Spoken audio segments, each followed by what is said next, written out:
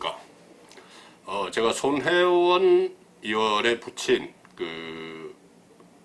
그러니까 국가유공자 지정 특혜 의혹, 이 부분에 대해서는 뭐 가급적 잘 다루지 않고 있습니다.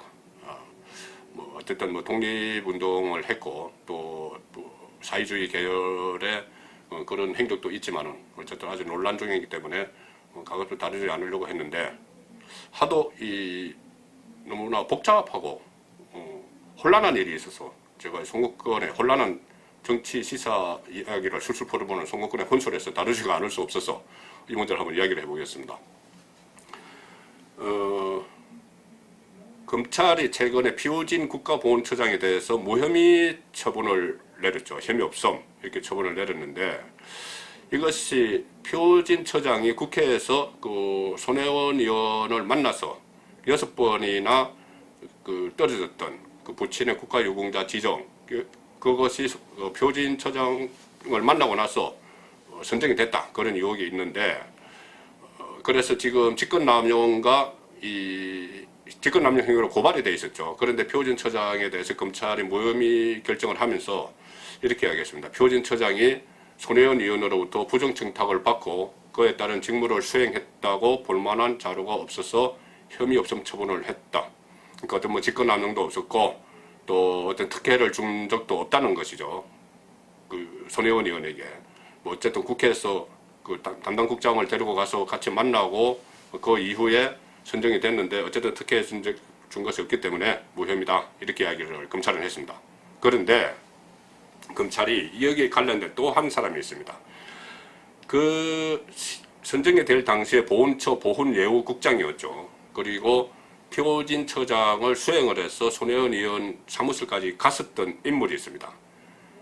임성현, 당시는 보훈처 보훈예우국장인데 지금은 국립대전현충원 원장으로 있습니다. 그런데 검찰은 이 임성현 원장은 허위공문서 작성 혐의로 불구속 기소했습니다. 허위공문서, 이것이 뭐냐면은 손의원측에서, 그러니까는 신청이, 손혜원 의원 쪽에서 부친의 공적사항에 대한 신청이 없었는데도 불구하고 아예 신청을 안 했다는 것이죠. 그런데 마치 전화로 신청을 받은 것처럼 허위 공문서를 작성을 해서 이것을 국회에 제출한 혐의가 있습니다.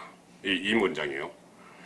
자, 표진 처장이 부정청탁을 받고 특혜를 주지 않았다고 무혐의 처분을 했는데, 그런데 이 문장은 특혜를 은폐하려 했다, 이 혐의가 인정된 것이죠. 그렇다면 은폐는 있었는데 특혜는 없었다, 이런 참 괴상한 논리가 되어버립니다.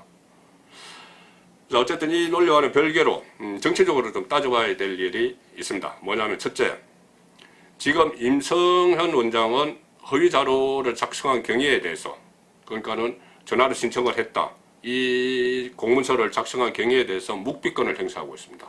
이유를 밝히지 않고 있는 것이죠. 분명히 그 허위 자료를 만들었다면은 누군가 위선에서 지시가 있었을 텐데, 지금 본인이 기소가 되면서까지, 전과자가 될지도 모르는 상황에서 누구를 보호하기 위해서 묵비권을 행사하고 있을까? 임성현 원장은 지금 현직 고위 공무원이죠. 그러니까 아직 공직자 생활이 많이 남아 있으니까 아마도 자신이 전과자가 되면서까지 뭔가 지켜야 될 비밀이 있는 거 아닌가, 이런 합리적 의심을 해볼 수가 있습니다. 그리고 두 번째, 또 이상한 점은 손혜원 의원도 계속 그렇게 이야기했습니다. 큰오빠가 직접 전화로 보훈처에 재심사 신청을 했다, 여러 차례 이야기했죠.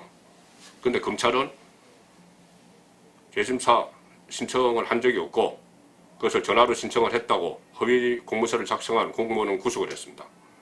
재심사 신청은 아예 없었다는 것이죠. 그러면 손혜원 의원은 거짓말을 한 게 되는 것이고, 피우진 보훈처장도 국회 답변에서 전화 신청을 한 걸로 알고 있다, 이렇게 이야기했습니다.